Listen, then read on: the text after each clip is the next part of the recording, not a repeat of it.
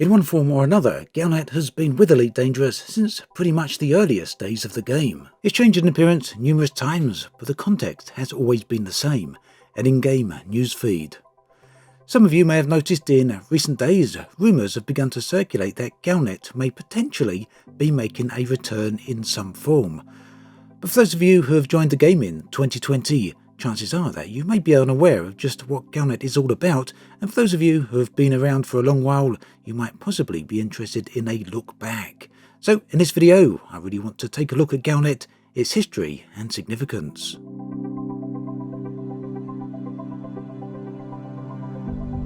So, in-game fiction has pretty much always been a part of the Elite games, even going back to Frontier Elite 2. Back in the mid-1990s, games of course weren't online and couldn't be updated, so fiction sometimes came in the form of printed books. For Elite 2, one of these was a gazetteer. Whilst not technically a news service, it was nonetheless filled with information of some of the worlds and colonies of the galaxy. Moving on to Elite Dangerous, in the early design discussions for Elite that took place in 2013, Frontier gave some insight into just how extensive they wanted the in-game newsfeed to be. At that point, Galnet was still unnamed, but the intent was clear. The newsfeed would focus on two core elements, each broken down into further elements. The newsfeed then would cover events from direct player action, galaxy simulation, and the event injection system. And the event injection system, of course, are those events which Frontier directly place in the game, such as the attacks on stations that happened a while ago, Thargoid incursions, and those types of things, maybe even community goals as well.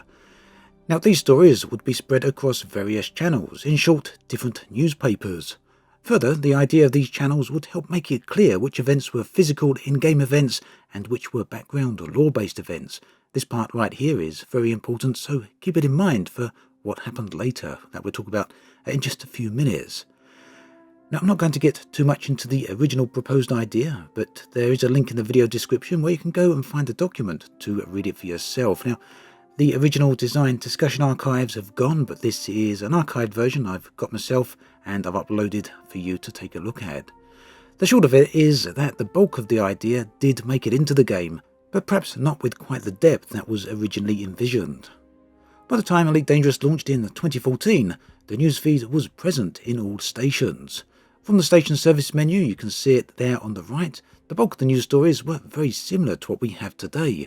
Auto-generated news based on whatever background simulation events have been occurring within the local star system. And in addition, you can find the number of ships travelling through, bounty info, and the like. Frontier also accepted player-submitted articles for Galnet, which did add a bit of meat, but the real meat of the news service came through the handwritten content made by Frontier themselves. For many people, this is what they think about when they mention Galnet. These articles were fictional events from around the galaxy, discussing current events for factions, powers and superpowers. Famous figures as well as known corporations were also discussed. In short, it weaved a tapestry that breathed some life into the galaxy, not that unlike checking the newsfeed on your mobile.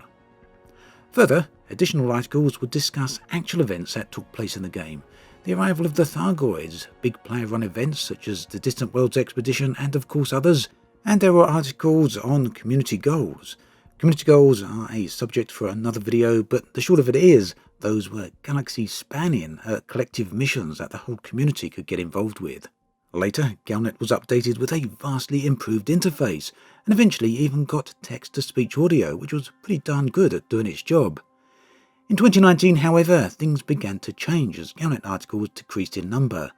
By mid-2019, Frontier announced they would be cutting back on the background fictional Galnet articles, that is, those articles that breathed life into the game by discussing the fictional characters and fictional events.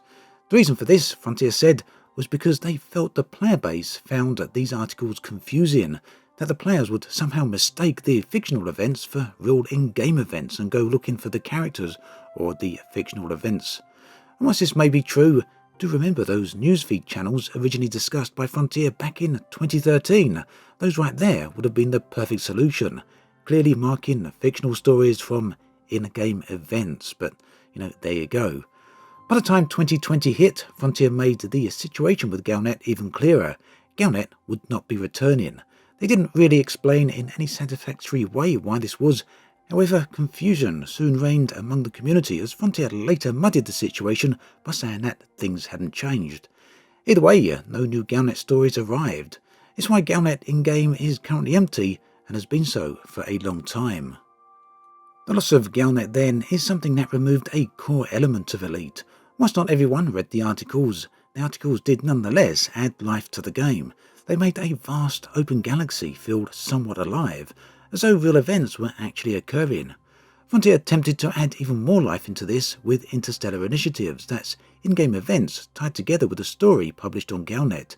The idea was a good one, and some of the interstellar initiatives were a big success. In summary then, Galnet might not have been for everyone, but it did add additional value to the game, and the Galnet updates have certainly been missed.